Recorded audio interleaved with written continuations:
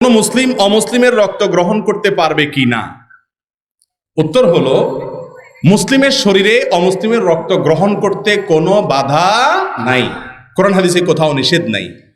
অমুসলিমদের সাথে আমাদের উঠা বসা, চলাফেরা, খাওয়া দাওয়া, তাদেরকে কর্মচারী হিসাবে নিয়োগ দেওয়া, তাদের অধীনে কাজ করা এবং তাদের সাথে স্বাভাবিক লেনদেন করা, এগুলোর কোনোটাতে আল্লাহ তাআলা আমাদেরকে নিষেধ করেন নাই। আল্লাহ রাব্বুল আলামিন কোরআনে কারীমে বলেছেন, লা ইয়ানহাকুমুল্লাহু আনিল্লাযীনা লাম ইউকাতিলুকুম ফিদ-দীন ওয়া লাম ইখরিজুকুম মিন দিয়ারিকুম আন তাবাররুহুম ওয়া তুকসিতু ইলাইহিম ইন্নাল্লাহা ইউহিব্বুল মুকসিতিন।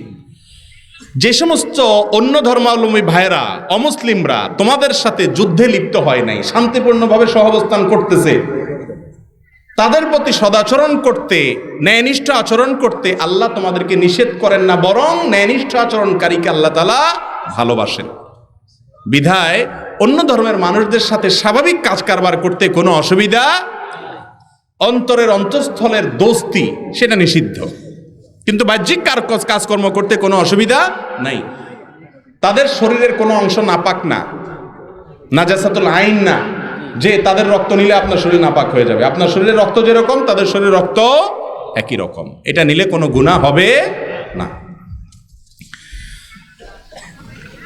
মানুষের মতে মুর্দা ঘরে রেখে কোনো কিছু খাওয়া যায় না, মুর্দা ঘরে রেখে কোনো কিছু খাওয়া যায় না, ওই ঘরের চুলায় আগুন দেওয়া যাবে না, শরীয়তের বিধান কি? মুর্দা লাশ বাসায় থাকলে সে ঘরে কিছু খাওয়া যায় না, এটা হাদিসের কথা, কিন্তু হাদিসটা হলো হাদিসুন নেসা, বানোয়াট, বুঝতে পারছেন? গ্রামেগঞ্জে অনেক সময় মহিলাদের মধ্যে এই সমস্ত কথার কানাঘুষা একটু বেশি থাকে, এই জন্য এটা বললাম হাদিসুন নেসা, হাদিসুর রাসূল না, এটা হলো হাদিসুন নেসা, মায়োলার হাদিস।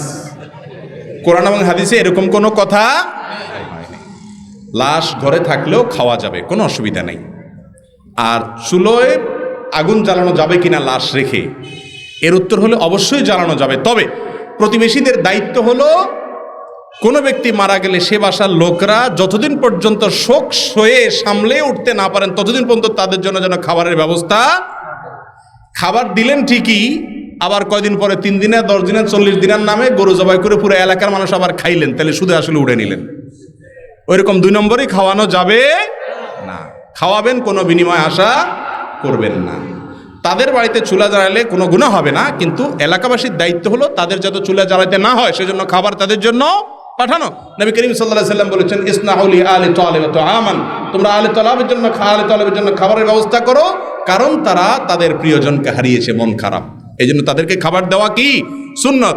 আমার দেশে উল্টা 40-এর নাম দিয়ে তাদের বাড়িতে যায় সবাই খায়, এলাকাবাসী বেহায়, আমি নির্লজ্জতা। হিংসা নাই, কিন্তু অন্যায়ভাবে মনে কষ্ট দিয়েছে, জুলুম করেছে, আর্থিক ক্ষতি করলে কি করব? কেউ যদি আপনার প্রতি অন্যায়ভাবে জুলুম করে, আর্থিক ক্ষতি করে, আপনাকে কষ্ট দেয়, অবশ্যই আপনার তার প্রতি কষ্ট থাকবে, থাকাটাই স্বাভাবিক, এটাতে কোনো অসুবিধা গুনাহ নাই, এটা মানুষের নিয়ন্ত্রণের বাইরে, এটা প্রাকৃতিক কোনো কিছুকে আল্লাহ তাআলা নিষেধ করেন না।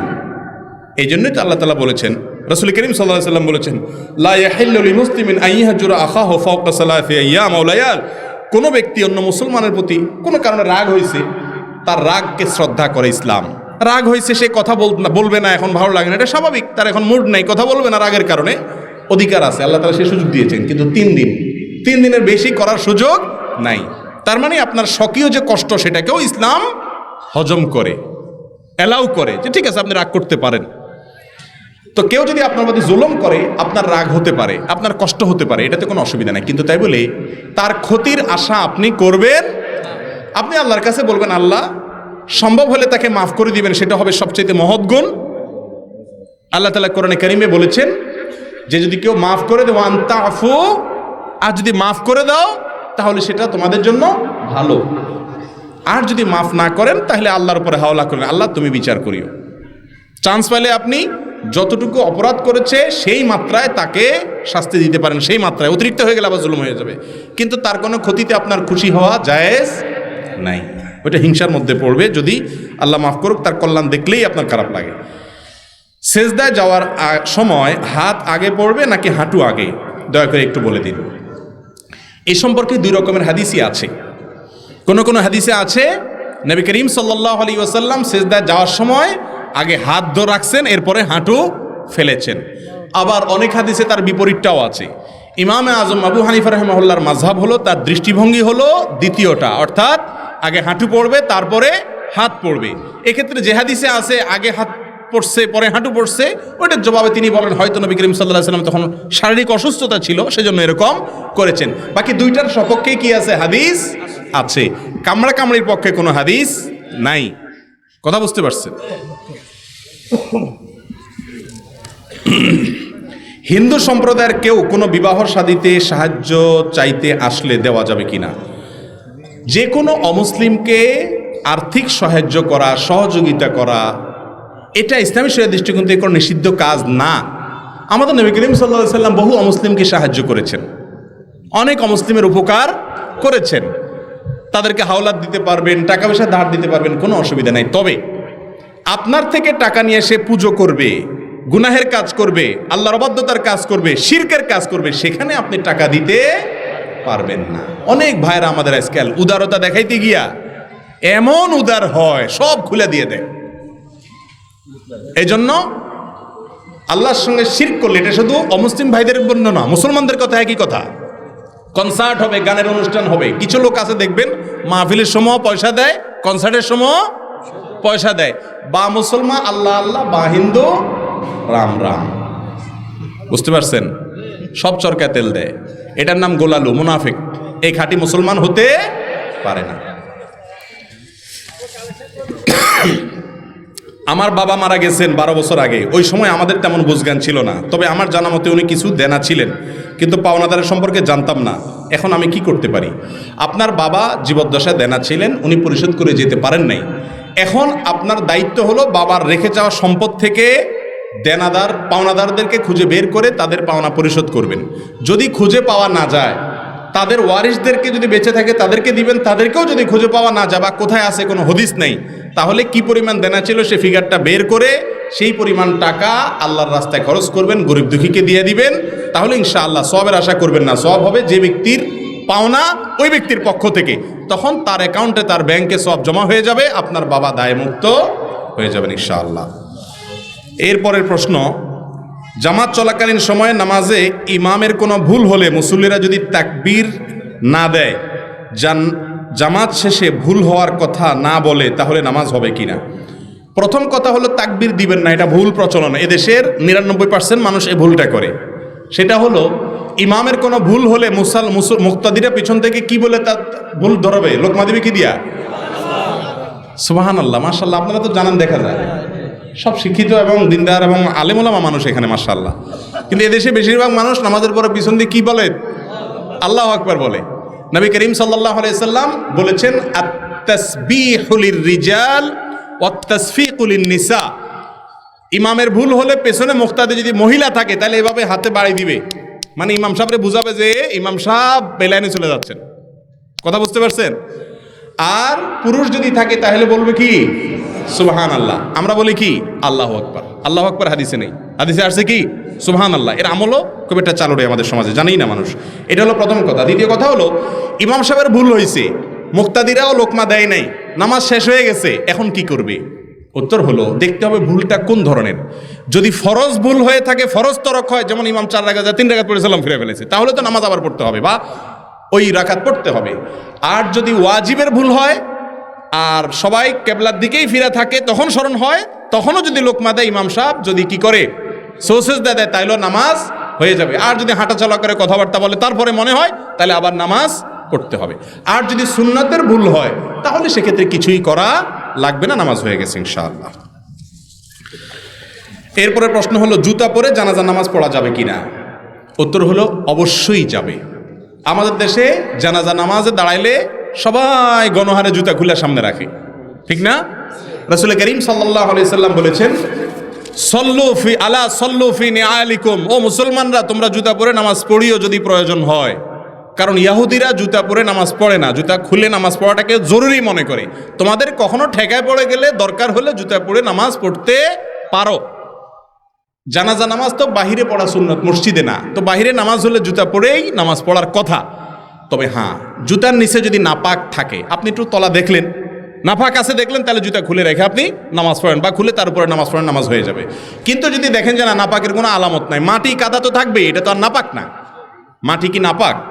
অতএব মাটি ধুলাবালি থাকলে ওইটা নিয়ে নামাজ পড়া যাবে। নাপাক দেখলে সেটা শুধু খুলে রাখবেন। আর আজকাল নাপাক কোথায়? আগে তো যেখানে সেখানে পায়খানা করতো মানুষ, এখন তো আলহামদুলিল্লাহ সব পাকা পায়খানা, যার কারণে যেখানে সেখানে তো নাপাক থাকেও না। যদি থাকেও, পরবর্তীতে জুতা কত জায়গা দিয়ে হাঁটতে হাঁটতে ওইটা মুছে আলামত শেষ হয়ে যায়। বিয়ের অনুষ্ঠানে কি মেয়ের বাড়িতে নাকি ছেলের বাড়িতে হওয়া সুন্নাত? বিয়ের অনুষ্ঠান কি মেয়ের বাড়িতে হবে নাকি ছেলের বাড়িতে হবে? যে কোনো জায়গায় হতে পারে, এমনকি দোনোটা না হয়ে থার্ড কোনো জায়গাতেও হতে পারে। একটি জয়ীফ হাদিস আছে, আলিনু হাদান নিকাহ ওয়াজআলুহু ফিল মাসাজিদ। এই বিবাহের প্রচার করো, এটা গোপনে গোপনে করার জিনিস না। 2 নম্বর বিয়ে গোপনে হয়, আর এটাকে প্রচার করো, আর মসজিদে করো। এই মসজিদে করার হাদিসটা দাইফ, এর সনদটা সম্পর্কে মুহাদ্দিসরা বলেছেন সহিহ নয়। এই জন্য বিবাহটা যে কোনো জায়গায় হতে পারে। মেয়ের পক্ষ বা ছেলের পক্ষে কারো একজনের বাড়িতে বিয়ে আগদ হইতে হবে এমন কোনো শর্ত। তবে বিয়ের খাওয়ার অনুষ্ঠান কোথায় হবে? ছেলের বাড়িতে। আমাদের দেশে বরযাত্রী আছে না? বরযাত্রী চিনেন? বরযাত্রী কোনটা? ছেলের গোষ্ঠী বেহায়ার মতো 200-300 মানুষ মেয়ের বাপের উপরে যায় চাঁদাবাজি করে খাইয়া আসে। এর নাম হইল বরযাত্রী। কি যাত্রী? আরে ভাই, বরযাত্রী না, ওটা ভুল নাম। ওটার আসল নাম হইল কি যাত্রী? বরযাত্রী। কেন বরযাত্রী বলছে জানেন? ইসলামে বিয়ে উপলক্ষে একটা খাবারের অনুষ্ঠানের অনুমোদন দিয়েছে, সেটা হলো অলিমা। আর এই অলিমা করবে কে? ছেলে। বিয়ে করছে ওই ছেলে। একটা আস্ত মেয়ে, মা বাপ জন্ম দিয়ে ছোটবেলা থেকে লক্ষ লক্ষ টাকা ইনভেস্ট করে পড়ালেখা করে বড় করাইছে, একটা আস্ত অ্যাডাল্ট মানুষ ধরে উঠে নিয়ে আসতেছে সারা জীবনের জন্য। এই বেটা খুশির চোটে সবাই খাওয়াবে, ঠিক না ঠিক?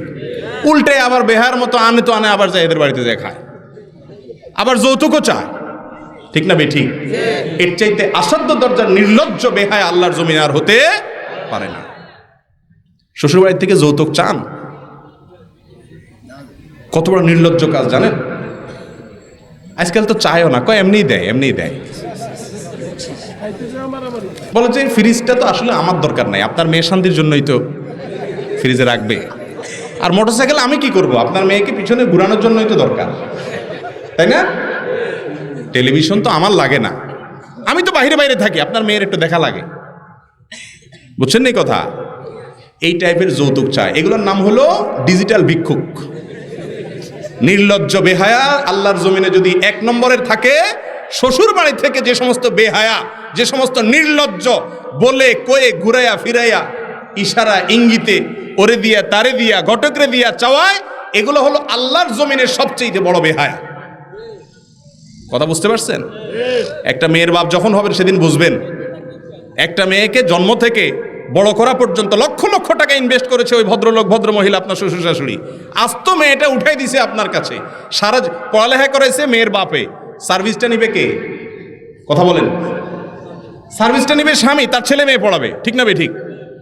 সুস্থ রাখছে তার বাপ মায়, আল্লাহ করাইছেন, ওনারা ট্রিটমেন্ট করাইছেন, কিন্তু ভোগ করবে কে? স্বামী। এই মেয়েকে বড় করতে যা লাগছে, উচিত হলো সব টাকা ক্যাশ ক্যাপিটাল হিসাব করে শ্বশুর মেয়েকে বলা যে শ্বশুর মশাই কত লাগছে এই মেয়েকে এই পর্যন্ত আনতে, হিসাব করে ফিগারটা বলেন, সব দিয়া তারপরে সসম্মানে আনা দরকার ছিল। বেহায়া দেয় তো না, বাসর রাতে মহারণা মাপ চায় নেয়, উল্টারও যৌতুক চায়। আল্লাহ তাআলা আমাদেরকে হেদায়েত দান করুন। বরযাত্রী এজন্য বললাম যে আজকাল তো চুক্তি করে 300 মানুষ না, 200 না, আমাদের 400-300 মানুষ আছে, কমাইছি 50 জন হবে, এরকম চায়া চিন্তি খায়। ছি। আবার কোন সেদিন বরিশালে বোধহয় এক বিয়েতে আপনার গোশত কম হয়েছে, মারামারি হয়েছে, বিয়ে ভাঙছে, মানুষও মারা গেছে। এই দেশে এটা সম্ভব? আল্লাহু আকবার। আমরা আবার মুসলমান, নামাজ কালাম পড়েন না, মুসলমান পাওয়া যায়, কিন্তু আসল মানুষের মতো মানুষ মুসলমান পাওয়া এখন কঠিন হয়ে গেছে, মানুষ নেই। তো এই জন্য বললাম বরযাত্রী নাই, বিয়ে যেখানে ইচ্ছে সেখানে পড়ান, তবে অনুষ্ঠান হবে শুধুমাত্র মেয়ের বাড়িতে। এমন যুবক আছেন যে বিয়ে করবেন আর বলবেন আমার বিয়েতে এই 2 নম্বরই হবে না, যৌতুকের তো প্রশ্নই ওঠে না। শ্বশুর মশাইয়ের বাড়িতে কোনো খাওয়ান দাওয়ান নেই, মেহমান যা আছে আমি খাওয়াবো, এরকম বাপের বেটা মতো বিয়ে করেন না যুবক আছেন? হাত তোলেন। আল্লাহ তাআলা তৌফিক দান করো। মুশকিল হলো এখন হাত তুললে কি হবে? বিয়ের অনুষ্ঠানে তো আপনারা এরকম রুমাল মুড়ে দিয়া বলবে তোমার কোনো কথা নাই, চুপ। মুখে রুমাল দিয়ে দেয় না, এর মানে হলো তোর কোনো কথা নেই। আরে বাবা, বিয়ে করবো আমি, আমার কথা নাই মানে? আল্লাহ তাআলা আমাদেরকে কুসংস্কারের বিরুদ্ধে সংগ্রাম করার তৌফিক দান করুন। অসামাজিক, অনাচার, জুলুম, অবিচার, মেয়ের বাপ হওয়া কি অন্যায়? এটা মনে হয় অন্যায়, এমন একটা ভাব। মেয়েটা দিয়ে দিবে, আবার সাথে যৌতুক দিবে। যৌতুকের বিরুদ্ধে সংগ্রাম করতে হবে আমাদের ইনশাআল্লাহ। মৃত ব্যক্তিকে সামনে রেখে আধ ঘন্টা 1 ঘন্টা ওয়াজ করে, এটা কি হাদিস দ্বারা প্রমাণিত? না, এটা ভুল কথা। মৃত ব্যক্তিকে সামনে রেখে, লাশকে সামনে রেখে, ঠিকই বলছেন, এটা ওয়াজই। দাঁড়ায়া অমুক সাপ তমুক সাপ, সাপের কোনো শেষ নাই, এই কথা সেই কথা, উনি হানছিলেন তানছিলেন, আধা ঘন্টা ধরে ওয়াজ করে।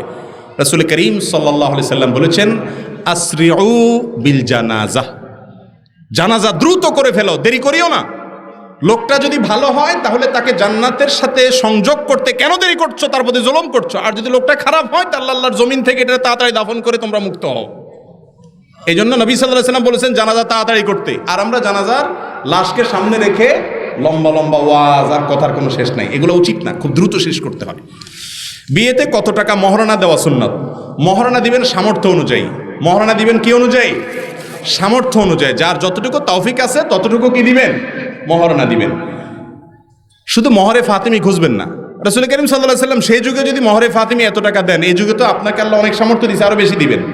তবে বিয়ের মধ্যে মহারণার ফিগার খুব বেশি বড় হওয়ার ভিতরে কোনো কল্যাণ।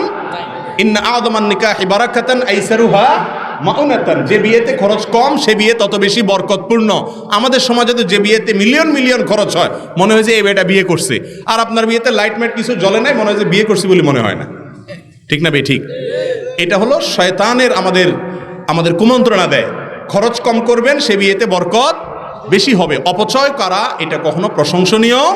গরিব মানুষ তাও লাইট টাইট জ্বালান লাগে, এগুলো ঠিক না, এগুলো নাজায়েজ কাজ, গুনাহের কাজ। কিন্তু কে মানে কার কথা? আল্লাহ আমাদের বোঝার তৌফিক দান করুক।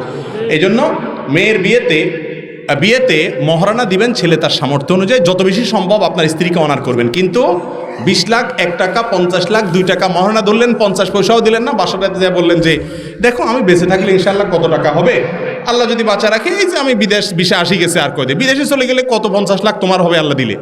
বউ আরেক বেকুব, সে বলে যে এই বেহায়ারে, সে বেকুবে বলে যে না না না আপনি কি যে বলেন না, আমি আমি আমি টাকা পয়সা দিয়ে কি করবো, আপনি বাঁচে থাকলে আল্লাহ দিলে, আমার টাকা লাগবে না, আমি চাইছি নি আপনার কাছে। ঠিক না বে ঠিক? এরপর যখন ভেজাল লাগে এবার কয় মহারণা দে চান্দু। ঠিক না বে ঠিক? ছেলে বেহায়ামি করে আর মেয়ে বেকুবগিরি করে। মেয়ের ইসলামী শরীয়ত কি বলছে আমাদের মেয়েরা জানে না। যে অধিকার ইসলাম দিছে মেয়েদেরকে, এগুলো যদি জানতো চান্দু বাসায় ভাত পাইতে খাইতে পারতেন না।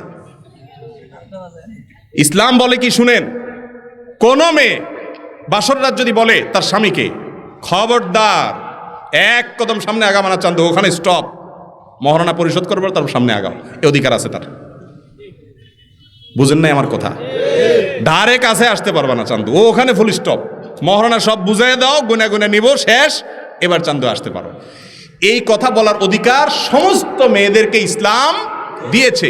কোন মেয়ে যদি তার স্বামীকে বাসর রাত্রে এরকম ঝুলায়, কোনো বেহায়ারে আটকায়, তাহলে ইসলাম বলে সে মেয়ে কোনো অন্যায় করে নাই, এটা তার অধিকার। দেখছেন নি, নারীবাদীরা মহিলাদের অধিকার দিতে বলে। আরে কি অধিকার দিবে তুমি? আমার ইসলাম যত অধিকার দিছে সেগুলোর প্রতিষ্ঠা নাই, আমরা আমল করি না, ওইগুলা দিলে তো আমাদের মেয়েরা মাথার উপরে থাকে। ঠিক না বে ঠিক? রফিয়া দান করলে অনেকে শিয়া বলে গালি দেয়, এখন আমার করণীয় কি? রফিয়া দান করলে কি বলে? শিয়া। রফিয়া দান করলে যে ব্যক্তি শিয়া বলে সে গণ্ড মূর্খ, সে গণ্ড মূর্খ। কারণ রাসূল করিম সাল্লাল্লাহু আলাইহি সাল্লামের সালাতে রফিয়া দান ছিল কিনা 2 রকমের হাদিসই আছে। রফিয়া দান করার সপক্ষে অনেক হাদিস আছে। অতএব নবী করিম সাল্লাল্লাহু আলাইহি সাল্লামের হাদিস থাকা সত্ত্বেও যদি এটাকে শিয়াদের কাজ বলে, তাহলে সে শিয়া আর সুন্নি আসলে চিনে না। এটা হলো মূর্খতা। এটা কি? মূর্খতা। আল্লাহ আমাদের বুঝার তৌফিক দান করুন। তাবিজ কি আসলে শিরক? হ্যাঁ, সন্দেহ হয় নাকি? মানে আল্লাকা তামিমাতান ফাকাদ আশরাকা, নবী করিম সাল্লাল্লাহু আলাইহি সাল্লাম বলেছেন যে ব্যক্তি তামিমা ঝুলাইলো সে শিরিক করলো। তবে ইমাম ইবনে তাইমিয়া রাহিমাহুল্লাহর মতে কোরআনে কারিমের আয়াত বা হাদিসে বর্ণিত কোনো দোয়া লিখে ঝুলাইলে সেটা শিরিক হবে না। আগের যুগের প্রতিমাদের নাম লিখে ঝুলাই তো সেগুলোকে শিরিক বলেছেন। এটা ইমাম ইবনে তাইমিয়া রাহমাতুল্লাহির মত, আমার মত না। অনেক ওলামাদের মতে কোরআন হাদিসের আয়াত দিয়া লিখলে জায়েজ আছে। কিন্তু তাবিজের মধ্যে বেশিরভাগ তাবিজ যারা দেয় দেখবেন ফেরাউন, কারুন, নমরুদ, হামান, শয়তান এসব লেখে, ইয়া জিব্রাইল, ইয়া মিকাইল, এগুলো যে হারাম এ ব্যাপারে কোনো সন্দেহ নাই। আর 2 নম্বর কথা হলো যে তাবিজ ব্যবহার করা, দেওয়া, এটা যে সুন্নাহ বিরোধী কাজ, এটার বিরোধিতা করার মতো কোনো মৌলবী দুনিয়াতে জন্ম নেয় নাই। কারণ রাসূল করিম সাল্লাল্লাহু আলাইহি ওয়াসাল্লাম জীবনে কখনো তাবিজ ব্যবহার করেন নাই, কাউকে তাবিজ দেন নাই। তিনি কি করছেন? ঝাড়ফুঁক করেছেন। ঝাড়ফুঁক, সূরা ইখলাস, সূরা ফালাক, সূরা নাস, সূরা ফাতিহা পড়ে পানিতে ফু, তেল পড়া, শরীরে ফু, এগুলো জায়েজ। এগুলো তিনি জায়েজ না, শুধু সুন্নাহ। কিন্তু তাবিজ নবী করিম সাল্লাল্লাহু আলাইহি ওয়াসাল্লাম ব্যবহার কখনো করেন নাই। তো আমরা তো নবীজি যেটা করছি সেটা করা উচিত, ঠিক না? ঠিক। এরপরের আমল হলো, প্রশ্ন হলো আল্লাহকে খোদা বলে ডাকা যাবে কিনা? আল্লাহকে খোদা বলবেন কেন? আল্লাহর নামের তল ভরছে নাকি? আল্লাহ তাআলার কতগুলো নাম আছে?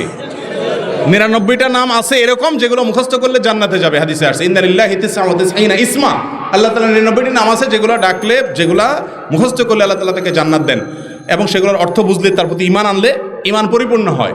আল্লাহর অনেক নাম আছে, আল্লাহ, রহমান, রহিম, ওয়াদুদ, সত্তার, গফফার, অনেক নাম আছে, সেগুলো দিয়ে ডাকেন। সেগুলো না রেখে খোদা কেন ডাকবেন? ভাইরা আমার, খোদা নামটা আমাদের দেশে প্রচলিত বহুদিন থেকে। যারা গুগল বুঝেন, গুগল ইন্টারনেটে সার্চ যারা বুঝেন, বিশেষ করে তরুণ আলেম যারা আছেন, খোদা, খা দালালিফ, খোদা লিখে গুগলে সার্চ দিবেন। দেওয়ার পরে দেখবেন উইকিপিডিয়া আপনাকে কি তথ্য দেয়। দেখবেন যে বিভিন্ন প্রতিমা পূজারীদের, কোন মুশরিকদের থেকে তাদের দেবতাকে তারা এই নামে, প্রায় এই নামেই ডাকতো, কাছাকাছি নামে। যদিও খোদা শব্দের অর্থ খারাপ না। খোদা মানে হলো যিনি নিজে নিজে এসেছেন বলতে হঠাৎ তিনি তো কোথাও ছিলেন, আসছেন এমন না। মানে যিনি কোনো বাপ মা, কোনো সৃষ্টিকর্তা ছাড়াই যার অস্তিত্ব, তার অস্তিত্বের জন্য কারো মুখাপেক্ষী নন। খোদা বলতে এ কথা যদি বোঝানো হয় তাহলে অর্থের দিক থেকে এটা খারাপ কিছু না। কিন্তু আল্লাহ তাআলা কোরআনে বলেছেন ওয়ালিল্লাহিল আসমাউল হুসনা ফাদউহু বিহা, আল্লাহর অনেক সুন্দর নাম আছে, সেগুলো দিয়ে ডাকো। আপনার আল্লাহর সুন্দর নাম দিয়ে ডাকতে নিষেধ করছে কি? আপনি কেন আরেকটা দিয়ে ডাকবেন? তবে হ্যাঁ, আল্লাহর সুন্দর নামের অর্থ বাংলায়ও ডাকতে পারেন। হে সৃষ্টিকর্তা, হে পালনকর্তা, হে রিজিকদাতা, এগুলো দিয়েও ডাকা যায় আল্লাহকে। কিন্তু খোদা এই নামটা আল্লাহর কোনো গুণবাচক 99 নামের অর্থ সরাসরি না। এই জন্য এটা অ্যাভয়েড করে আল্লাহ বলা উত্তম। কিন্তু খোদা বললে আবার সে মুশরিক হয়ে গেছে, কাফের হয়ে গেছে, উল্টা পাল্টা ফতোয়া আবার দিবেন না। খোদা না বলে কি বলা উত্তম? আল্লাহ বলা উত্তম। সর্বশেষ প্রশ্নের বিশাল বড় বহর,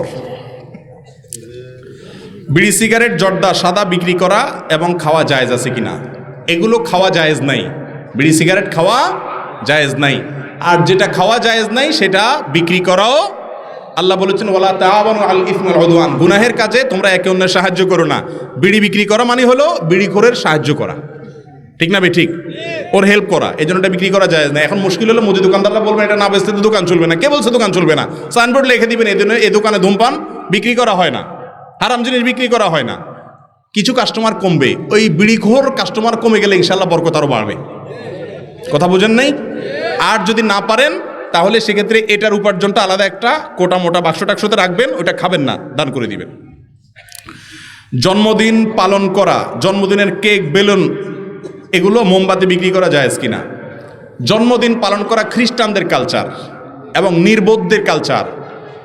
একটা বছর শেষ হয়ে আপনার নতুন একটা দিন আসছে জীবনের, জন্মদিন যেটাকে বলি আমরা। এটা তো একটা বছর চলে যাওয়ার পরে নাকি? একটা বছর চলে গেলে নতুন বছর আসলে ফুর্তি করা কোনো বুদ্ধিমান মানুষের কাজ। একটা বছর আমার জীবন থেকে খসে পড়ে গেল, তার মানে কবরের দিকে আমার এক ধাপ সামনে অগ্রসর হয়ে গেলাম, এখানে ফুর্তির কি আছে? এখন আপনার নির্বোধ হলে যেখানে সেখানে যখন তখন ফুর্তি শুরু করে দেয়। আরে ভাই, সব নতুনে আনন্দ করতে হয় না। একজন ফাঁসির আসামি, তাকে বলা হয়েছে অমুক দিন তোমার ফাঁসি দেওয়া হবে, নতুন দিন আসলে সবাই খুশি হয়, তার কি খুশি হওয়ার কথা? তার তো আরেকটা কদম আগায় গেল ফাঁসির কাষ্টের দিকে। আমাদের ফাঁসির কাষ্টের আসামি না হই, কিন্তু আমাদের মৃত্যুর পরোয়ানা মাথায় নিয়েই তো আমরা জন্মগ্রহণ করেছি। কুল্লু নাফসিন যায়কাতুল মউত, সবাই মৃত্যু স্বাদ আস্বাদন করব। একটা জন্মদিবস আসা মানে হলো জীবন থেকে একটা বছর চলে যাওয়া। এখানে ফুর্তি হওয়ার কিছু নাই, বরং চিন্তা করার বিষয়, ঠিক না ভাই? ঠিক। এই জন্য জন্মদিবস আসলে কেক কাটা, ফুল দেওয়া, এ সমস্ত ফুর্তি ফার্তা করা, এগুলো খ্রিস্টানদের কালচার, এটা মুসলমানদের কালচার না। মুরব্বীদেরকে জিজ্ঞাসা করেন তো জন্মদিবস কি জানতো নাকি? ভাতই খাইতে পাইতো না, কিসের কেক কাটবো আবার? আর এখন তো মাশাল্লাহ ভাত তরকারি খাইয়া উৎমা থাকে, আরো সুখের ছোটে এখন কেকও কাটে, মোমবাতিও জ্বালা, পারলে আরো অনেক কিছু করে। ঠিক না বেঠিক? এগুলো ভুল কাজ, জায়েজ নাই। ইসলামী ব্যাংকগুলো কি কি? সর্বনাশ, ইসলামী ব্যাংকের নামে মুখস্থ রাখছেনি কি কি ইসলামী ব্যাংক আছে। আমি সোশ্যাল ইসলামী ব্যাংকে সরিয়া বোর্ডে ছিলাম, এখন নাই। তো ইসলামী ব্যাংকের সিরিয়াল কোনটা কোনটা আছে ইসলামী ব্যাংক আমি জানি না। বাংলাদেশে যে সমস্ত ব্যাংকগুলো নামের সাথে ইসলামী ব্যাংক লেখা আছে, এই ব্যাংকগুলো কেন্দ্রীয় শরিয়া বোর্ডের অধীনে, এগুলোতে শরিয়া বোর্ড আছে, ওলামাদের তত্ত্বাবধান আছে, চেষ্টা করে ইসলামী ব্যাংকিং পরিচালনা করার, অন্তত সুদের বিরুদ্ধে একটা চেষ্টা তারা করে। এই জায়গা থেকে তারা অবশ্যই অ্যাপ্রিসিয়েট পেতে পারে। এবং গত কয়েক বছর আলহামদুলিল্লাহ অনেকগুলো ইসলামী ব্যাংক হয়েছে দেশে আলহামদুলিল্লাহ। শরীয়ত মোতাবেক ব্যাংকগুলোকে ভাড়া দেওয়া জায়েজ, কারবার করা জায়েজ কিনা? জি, যেগুলো ইসলামী ব্যাংক সেগুলোতে লেনদেন, টাকা তো অবশ্যই সেগুলোতে জমা দিবেন, কারণ সুদী ব্যাংকে দিলে ওরা ওটা দিয়ে সুদের কারবার করবে। সেই তুলনায় ইসলামী ব্যাংকগুলো আর কোনো কাজ না করুক, অন্তত সুদ হারাম এই কনসেপ্টটাকে এদেশে প্রতিষ্ঠিত করেছে, এই জন্য তারা স্যালুট পেতেই পারে। এই জন্য লেনদেন বলতে টাকা পয়সা জমা করার ক্ষেত্রে অবশ্যই ইসলামী ব্যাংকগুলোকে, যে কোনো ইসলামী ব্যাংকে আপনি বেছাই নেবেন। আর স্কিমে বিভিন্ন পলিসিতে রেখে টাকা ভোগ করা, লভ্যাংশ নেওয়া, এটা নিরুপায় না হলে, রিটায়ারমেন্টে চলে গেছেন, কোনো হালাল ব্যবসা করার জায়গা নেই, এরকম ব্যক্তি হলে তার জন্য জায়েজ। আর বাকিদের জন্য না জায়েজ না, সন্দেহপূর্ণ। তরক করতে পারলে তাকওয়া, আর না তরক করতে পারলে খেলে হারাম হবে, এটা বলার কোনো সুযোগ নাই। নিজের মার্কেটের দোকান বরাদ্দের ক্ষেত্রে অগ্রিম টাকা নেওয়া জায়েজ আছে কিনা বিস্তারিত বলবেন। এটা জটিল মাসআলা। মার্কেট অথবা বাসা বানার ক্ষেত্রে অগ্রিম নেওয়ার কালচার আছে আমাদের দেশে, এই অগ্রিম নেওয়া জায়েজ আছে। মুশকিল হলো এটাকে অগ্রিম বলে না, বলে জামানত। জামানত নিলে ওই টাকা আপনি ব্যবহার করতে পারবেন না বাড়িওয়ালা হিসাবে। এই জন্য ভাষা আপনি প্রশ্নে যেটা ব্যবহার করেছেন ওইটাই আপনাকে করতে হবে, অগ্রিম। ফর এক্সাম্পল, ওনার দোকান আমি ভাড়া নিছি, 10 লাখ টাকা ওনাকে জমা দিয়া দোকানটা নিছি আমি, এই টাকাটা হবে অগ্রিম। কিসের অগ্রিম? ভাড়ার অগ্রিম। মাসে 10,000 টাকা ভাড়া চুক্তি হলো, ওই 10 লাখ টাকা থেকে 1%, 2% বা 5% ভাড়া থেকে কাটবে মাসে মাসে। কথার কথা, মাসে মাসে 100 টাকা করে কাটলো, 1000 টাকা করে, নামমাত্র একটা ফিগার। যেদিন আমরা চুক্তি ভঙ্গ করব, আমি ওনার দোকান ছাড়িয়ে দিব, উনি ওই 10 লাখ টাকা থেকে 10% করে কেটে কেটে 100 করে মাসে কেটে, কথার কথা 1 বছর পরে ছাড়লাম, তাহলে 1200 টাকা কেটে বাকি টাকা আমাকে উনি কি দিবেন?